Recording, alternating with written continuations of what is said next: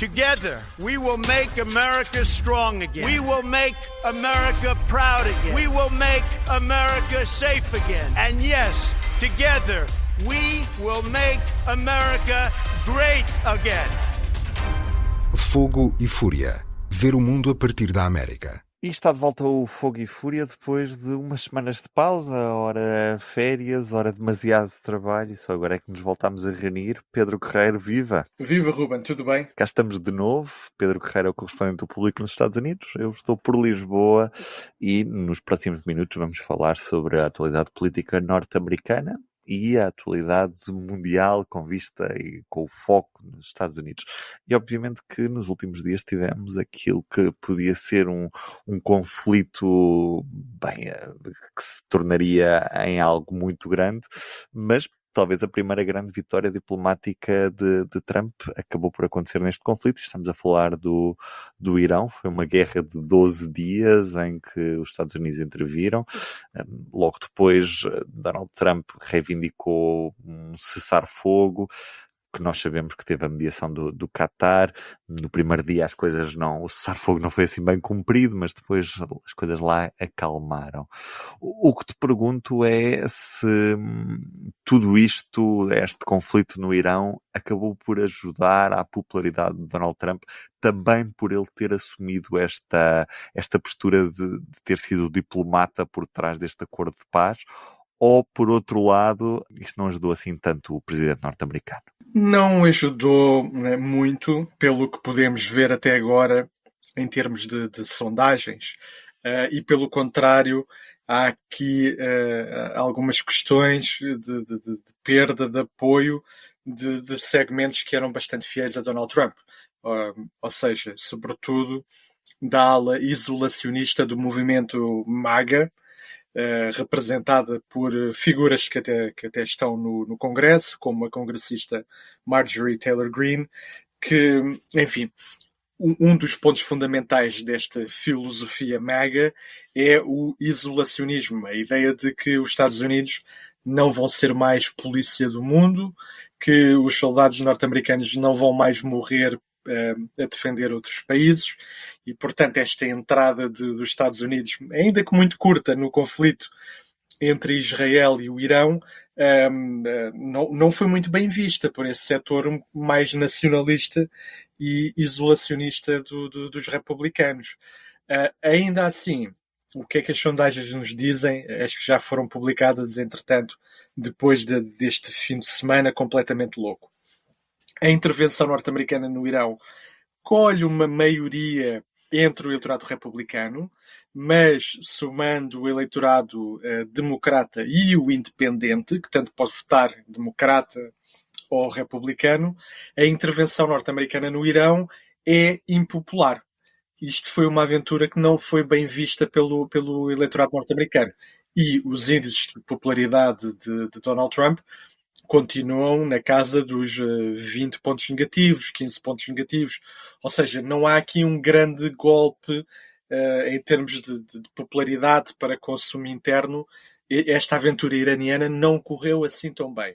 É claro que, o que é que podemos dizer? Há uma aparente vitória diplomática, que ainda por cima acontece ao mesmo tempo de outra vitória diplomática, que é esta garantia de que os membros da NATO vão investir a prazo 5% da sua riqueza nacional na despesa militar, que era uma grande reivindicação de Donald Trump, e isso estará garantido nesta cimeira que está a acontecer esta semana em Haia. Agora, portanto, a coisa correu bem do ponto de vista diplomático. Do ponto de vista militar não temos muito a certeza, porque Trump reivindicou a obliteração daqueles 3 alvos nucleares e, sobretudo, aquelas instalações subterrâneas de Fordow, no Irão, mas o que foi divulgado de forma não autorizada no New York Times, na CNN e noutros meios norte-americanos é que os Estados Unidos não têm, de facto, na verdade, certeza absoluta que aqueles 3 alvos tenham sido mesmo obliterados, utilizando a expressão de Donald Trump.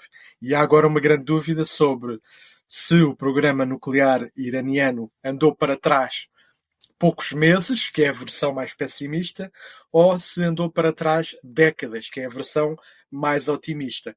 Portanto, isto é uma aventura que para já parece não correr nem muito bem, nem muito mal, mas a prazo é que vamos ver, de facto, se a ameaça iraniana está de facto contida depois daquele bombardeamento no fim de semana.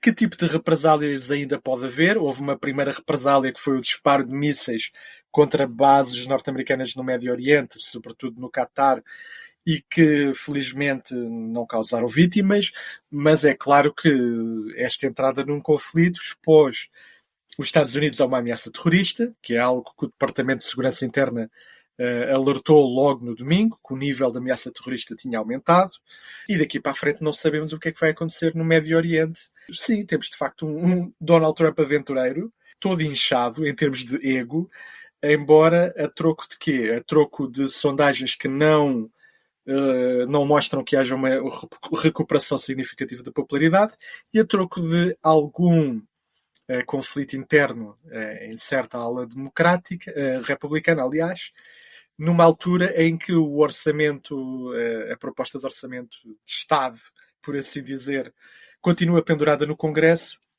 com a oposição não só dos democratas, como de senadores republicanos que não querem aprovar esta proposta, que inclui cortes muito consideráveis na saúde e nas prestações sociais dos norte-americanos. Ainda assim, há uma semana com vitórias diplomáticas para Donald Trump. Só como disseste, esta questão do Irão, também a questão da NATO, e portanto Trump vai desta semana com outro espírito, depois das muitas promessas de resolver a guerra na Ucrânia muito rapidamente, o conflito em Gaza também, e essas nós sabemos que foram promessas falhadas. Sim, repara, até o Paquistão, antes do bombardeamento norte-americano ao Irão, o governo do Paquistão disse que ia propor o nome de Donald Trump para o Nobel da Paz, o que é uma das obsessões de Donald Trump. E agora, esta quarta-feira, em Haia, Trump voltou a listar, de facto, todos os seus ganhos diplomáticos que ele reivindica. Não só a questão do Irão, como também a questão do conflito entre a Índia e o Paquistão, que de facto houve ali uns dias e semanas de grande tensão, e depois a coisa serenou também com a intervenção diplomática norte-americana. Portanto, temos um candidato ao Nobel, pelo menos é o que julga Donald Trump, e com alguns fãs dessa candidatura. Não parece que tenha grandes hipóteses de ganhar, mas nunca se sabe o que é que se passa nessas reuniões do Comitê Nobel. Pedro, vamos focar-nos no que se está a passar em Nova Iorque, porque estão a decorrer as primárias democratas para as eleições municipais nesta cidade. Porquê que isto é importante para nós, Pedro? Bom, primeiro, obviamente é a maior cidade norte-americana e tem sempre um caráter simbólico. Mas o que é importante? Já há um vencedor, Zohran Mamdani, um perfeito desconhecido. Se achas que este nome não é reconhecível, não estás sozinho. Aqui há uns meses apenas 1% dos inquiridos era capaz de dizer quem era Zohran Mamdani, que é um jovem, vamos chamar-lhe assim, ele tem 33 anos, não é assim tão jovem, mas é um membro da Assembleia Estadual de Nova Iorque com 33 anos. O nome denota que há uma história interessante familiar por trás. Ele nasceu no Uganda, em África, filho de pais de ascendência indiana, e emigrou para Nova Iorque, para os Estados Unidos, quando tinha 7 anos. A mãe é realizadora de cinema, o pai é politólogo. Alguns filmes da mãe até são algo conhecidos, mas Zohran Mamdani é, sobretudo, para além desta história colorida, obviamente, e muito representativa da diversidade da população nova-iorquina, é também um membro dos chamados socialistas democratas dos Estados Unidos, que é um partido,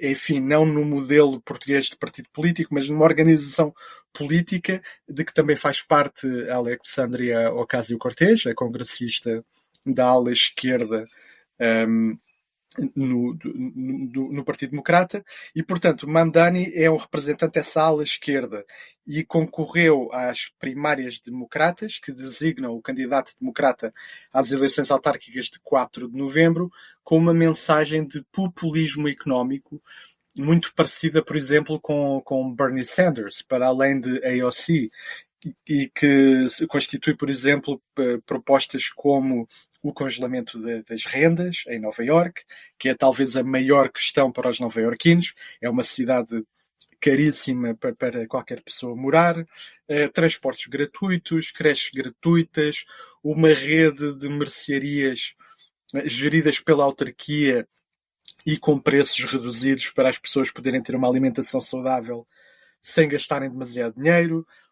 Tudo propostas a incidir no problema do elevado custo de vida nos Estados Unidos, que também foi um dos temas que tinha levado Trump de volta para a Casa Branca, mas obviamente aqui com uma abordagem completamente diferente. Enquanto os republicanos acham que o caminho é, por exemplo, correr com todos os imigrantes, ou pelo menos os imigrantes ilegais, Zoran Mamdani defende coisas grátis, como ele próprio disse, durante uma campanha muito bem sucedida nas redes sociais, onde ele também explicou como é que quer financiar estas coisas grátis. Ele quer aumentar em 2% os impostos do 1% de contribuintes mais ricos de Nova Iorque.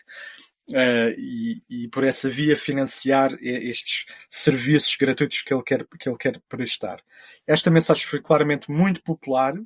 Mamdani, que não tinha muito dinheiro na campanha, era um perfeito desconhecido, conseguiu derrotar Andrew Cuomo, que era o antigo governador do estado de Nova Iorque, uma pessoa muito influente e até a certa altura muito popular, só que depois em 2021 demitiu-se por suspeitas de assédio sexual e, portanto, teve que fazer uma travessia do deserto e tinha voltado agora para tentar ser mayor de Nova Iorque. Essa aposta falhou. Foi uma grande surpresa. Esta é uma das grandes histórias políticas, não só do ano, mas talvez da década. Agora, resta saber que condições é que tem Mamdani para vencer depois as eleições gerais para a autarquia de Nova Iorque a 4 de novembro contra Eric Adams, que é o atual mayor, que foi eleito pelos democratas, mas depois sofreu um escândalo de corrupção, depois aproximou-se de Trump e por via dessa aproximação o Departamento de Justiça arquivou a acusação de corrupção de que era alvo. Depois há o candidato oficial republicano, Curtis Sliwa, e há talvez a possibilidade de Andrew Cuomo, que perdeu a nomeação democrata esta terça-feira, ainda vir a concorrer como candidato independente. Mas porquê é que isto tudo é importante? Porque é um barómetro de para onde o Partido Democrata, nesta fase da oposição a Donald Trump, poderá ir. Há uma grande tensão interna entre uma ala mais centrista, moderada, institucional, que não quer fazer muito barulho, e depois há uma ala de esquerda, populista, que quer fazer barulho, que quer tentar conquistar uma base eleitoral larga com propostas de populismo económico e que, pelo menos em Nova Iorque, a coisa de facto correu muito bem. E foi muito elogiada, lá está, por Bernie Sanders, que dá esta semana uma grande entrevista ao Politico, que eu recomendo a leitura, e ele diz que o caminho é exatamente por aqui, é de alguém que consiga falar com as pessoas comuns e não de candidatos que vão atrás do dinheiro do financiamento dos milionários para depois gastarem esse dinheiro em consultores, em anúncios de televisão, que, como Bernie Sanders diz, já ninguém vê televisão hoje em dia. Portanto, há esta tensão interna muito interessante. Nem sempre ganha a ala esquerda. Na terça-feira ganhou a ala esquerda. Agora resta saber o que é que vai acontecer daqui para a frente com outra questão. Mamdani é muçulmano.